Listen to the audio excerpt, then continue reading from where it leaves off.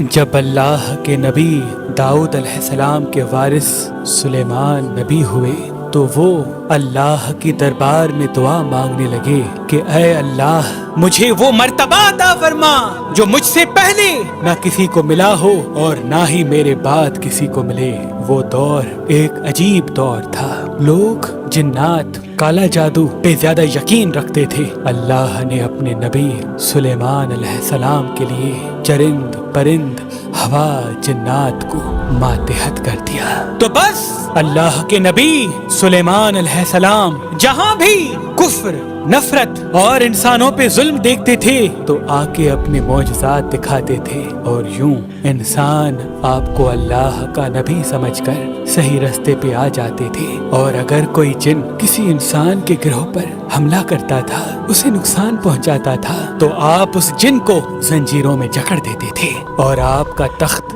فضا اپنے کندھوں پہ اٹھائے پھرتی تھی، آپ آسمانوں میں پرواز کرتے تھے۔ تو ویسے ہی آپ آسمان میں پرواز کر رہے تھے، اتنے میں ایک جن آ کے آپ سے کہنے لگا کہ اے اللہ کے نبی، زمین پہ بابل کے پاس جنات کا ایک گروہ انسانوں پہ ظلم کرتا ہے، اور وہاں کے جن انسانوں میں حلول کرتے ہیں اور پھر انسانوں کو تکلیف دے کے یہ منواتے ہیں کہ ان کے پاس غیب کا علم ہے، اور یوں انسان بھی صراط مستقیم سے ہٹ رہے ہیں۔ جیسے ہی اللہ کے نبی سلیمان نے اس بات کو سنا تو آپ اپنے تخت کو بابل کی طرف موڑتے ہیں اور اس گروہ کے پاس آ کے کہتے ہیں اے تکبر میں رہنے والو، اللہ سے ڈرو۔ وہ جنات کا گروہ حضرت سلیمان کی طاقت سے ناواقف تھا۔ اس میں سے ایک جن لیاب کہنے لگا ہم کسی سے نہیں ڈرتے اور ہم اپنی مرضی چلاتے ہیں، اور اس کے قبائل کے کچھ جن حضرت سلیمان علیہ السلام کے تخت کے چاروں طرف سے آ جاتے ہیں اور کہتے ہیں اگر تو واقعی سچا ہے تو ہمیں قید کر کے دکھا۔ تو بس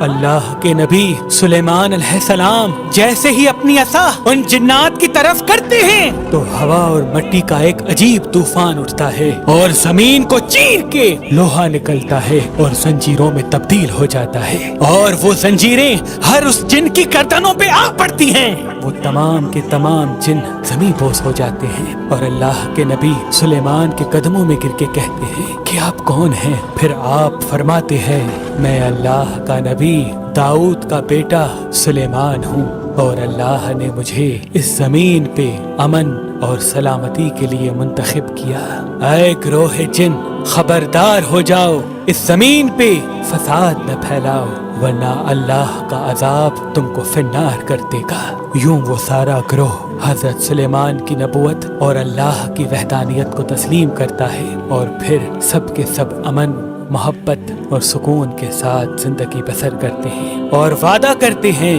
کہ کبھی بھی کسی بھی انسان کو تکلیف نہیں دیں گے۔ بے شک اللہ جسے چاہے اپنی خاص رحمت اور طاقت سے نواز دیتا ہے، وہ ہر دعا کو سننے والا اور سب پہ کرم کرنے والا ہے۔ اے اللہ اس پورے جہان پہ اپنا کرم فرما اور ہر انسان کی دعا کو قبول و مقبول فرما، آمین ثم آمین۔